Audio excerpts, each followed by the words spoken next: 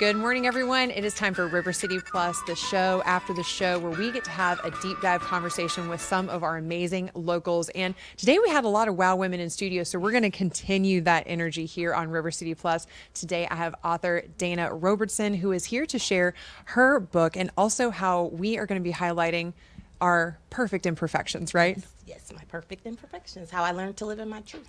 And so living in your truth is something that we might hear as kind of a colloquial phrase. We speak so much about mental health these days, but one thing about you that I really admired was the fact that you break it down into really practical pieces. And especially with your book, highlighting people, your own journey, but also how they can mirror that in their own lives in ways that are actually attainable. Right. I think a lot of times with social media and things like that, we see these hypothetical lives and it's like, well, if you can go sit in a meditative state for 7 hours, you might be able to obtain true peace. And let's be real, like we're working, you're a mother, we've got things to do, but we also want to live a balanced life. So how did you go about breaking this down for your book? Well, it was kind of easy after what I went through. Life just kind of happened for me. I've been a perfectionist all my life, and I think a lot of people can relate to that. Just growing up with all these dreams and goals, and still doing the work in terms of deprogramming a lot of the stuff that I grew up believing that I had to do. Had to be one path. This is what success looks like, and I just had to start redefining it for myself because I started to struggle with my mental health. And for 8 years, I struggled with depression, on and off medications, seeing the therapist, doing the counseling, psychiatrists. I got addicted to alcohol, which is mainly what this is about, facing the truth, of what was going on in my life. So I had to take the mask off and live in my truth. So based on what I had gone through, it just came to a point where I had to say, you know what, I need to redefine what all these things mean: peace, joy, happiness, success. And that's what I've done. So put it all in this book, and I'm sharing it with as many people as I can to try to inspire people to look inward and see what's important, because I think we can look out, like you said, social media, everybody's putting those highlights out there. But I want to start the dialogue and have a conversation about the fact that it's not all glitz and glamour, not peaches and cream all the time. Some of us struggle, and we should be able to talk about it. And having those conversations that are truly authentic. And like you said, you had to reach that point in your life where there had to be a change. Right. And when you found yourself in that moment, what was it that made you take the first step towards putting your perfect pieces back together?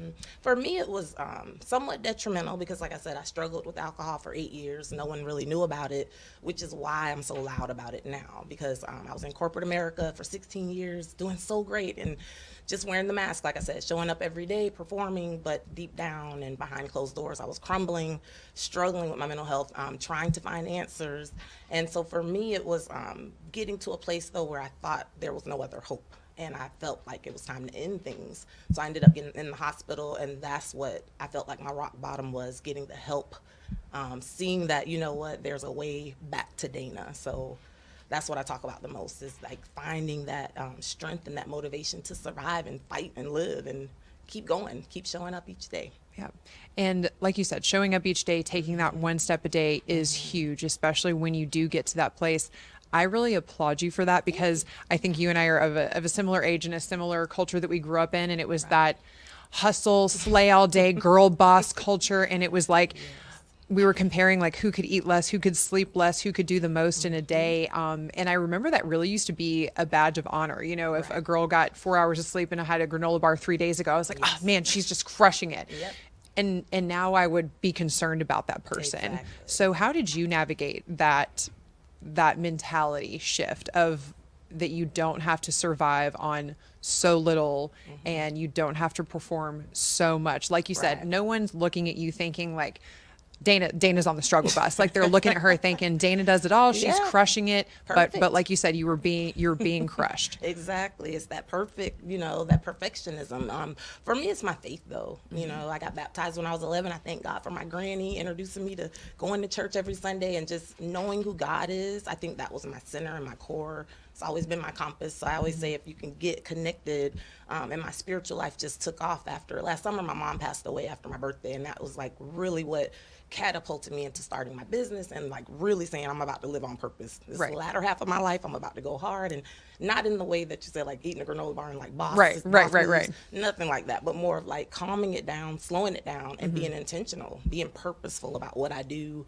what I say. Everything has to make sense now. I love that you said that, living on Oh purpose yeah, and definitely. that intention. So when you find yourself, just because I see similarities between us, sometimes it's hard because we go back to that performance Oh mentality. yeah. And I know for me, and Katie Garner, our meteorologist, and I've had this conversation. She's like, "Oh, me, I'm lights, camera, Katie," and I'm like, "Same." Angel needs applause. Like I Yep. need an audience and The I need an applause. validation. So how do you find that within yourself versus sourcing it to other people or other outlets in Right. your life? I think for me, the biggest, again, going back to my faith, having conversations with God, seeing myself now, how God sees me. I was created for a purpose. I was created for something great. Whether it's, great to someone else, I can't be concerned about that anymore. I know that it's a spiritual thing now, more of just connecting with people, and I'm focused on my purpose now. It's not about whether or not someone approves of it or likes it, or I don't look at analytics anymore coming from sales. You're driven by that. Your Yeah. numbers drive you every day. Right. So it's Because like we're getting scored every day. Exactly. I mean, I do the same thing with our show. I'm like, I get a Yes. score sheet every day There you that go. says how many people cared about what I was There talking you about. And go. it's tough to get away from that. It is really hard. So that's my goal, is to talk about it, like normalize these conversations. Yeah. Just like what we're doing, just talking about the fact that you're not alone. So many people walk around, like I said, for so many years, I struggled behind closed doors. No Right. one knew. And I didn't know, how to say, hey, I am actually struggling with this. Right. And now I know how to say, hey, I need to take a time out, take a mental health break, take a mental health day, Right. whatever you need to do to kind of regroup, but staying active. I love music. Going back to a lot of childhood things. I go live every morning on TikTok, Monday through Friday at 7 a.m. for 3 hours. And I do that as a way to kind of give back, actually. Yeah. I share as much about mental health awareness, addictions awareness, but I also share coping skills. Like there are so many other ways to cope versus balling out, popping bottles. Right. It's like I think the culture too, it's kind of celebrated, but then you see the extreme when a person goes too far. So we need to talk about Right. what happens in between. Right, absolutely. And so giving back, I love that you're using social media because again, it's always a double-edged sword. I love it because I get to, stay connected with friends that Right. you don't get to see often, live in other countries you haven't seen since high school. You get to kind of stay connected with everyone's lives, but I love that you're using very current tools to Yes. also be there to serve people because not everyone's going to be comfortable going into a therapist's office or taking that step necessarily, but they can kind of remain anonymous and utilize you as a resource. So, Yeah. what are some of the feedback pieces that you've gotten from going live? Oh my God, it's so much fun. It's been more fun than anything, but also the fact that it's a family. It's my page is promoting positive mental health, and that's what I started in 2016 when I hit my rock bottom and got sober. So for the past 8 years, I've been sober and working on building my brand, and so we talk a lot about awareness of addictions, awareness of mental health issues, but just staying on top. I always tell my viewers every morning, how am I feeling, what am I feeling, and why. Just do that assessment real quick, check in with yourself, and just adjust throughout the day, however you need to shift your thoughts, and just stay present. I think we get, like you said, the hustle and bustle, get caught up in analytics and trying to make sure we're performing, but it's like we got to be human. So just slowing it down, having fun. We use inspirational music. I dance, I skate. I Love play my it. clarinet. That's so fun. She's like a one-woman Miss America over here. She's like, all my skills. Like, I don't know if I could do any of those things. It was like, But I use that a lot though to go back to nostalgic, like things Yeah. that make us feel good. We Just play- 'cause. Yeah, on Just a Friday 'cause. we'll do old school music, and it's just we'll talk about what it was like growing up and what's fun at cookouts and going to the skating rink. Like those things are still alive. We just Yeah.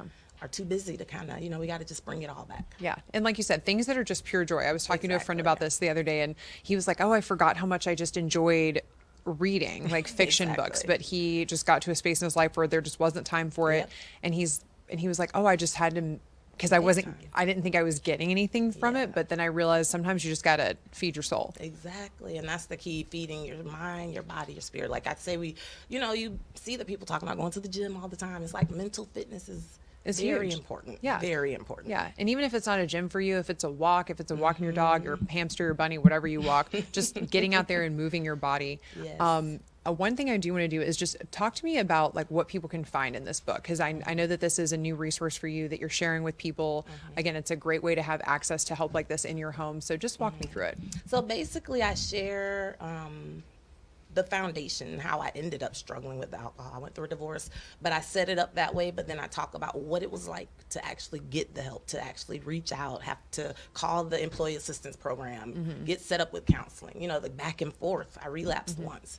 You know, I talk about what it looked like to go through treatment, waking up, being told that I'm Baker acted. So all of those things are in there. And then I talk about how I'm surviving now, like how to push through and keep Thriving showing up. now. Yes, thriving and pushing through and showing up each day with a new zest for life. Yeah. So as a life coach, like I know you said TikTok, you have your book, you have a lot of resources, and just a connection and love for people. So if people want to connect with you, they want to reach out to you, how can they do that? They can go to my website, which is livingtruthLifeCoaching.com. And there are different links up top. You can go to the Instagram, TikTok, Facebook, but they can reach me on there. My information's on there, livingtruthLifeCoaching.com. Wonderful. Well, Dana, thank you so much for sharing River City Plus with us today and just being so transparent in your journey. I just applaud you for everything you're doing. Like I said, we're continuing that Wow Woman energy today on River City Plus, and Dana is living truth of that. So Thank you. everybody go out and live on purpose today, tomorrow, and all the days after that, because Dana told us to, right? Thank you. All right, everybody. We'll see you tomorrow morning for River City Live.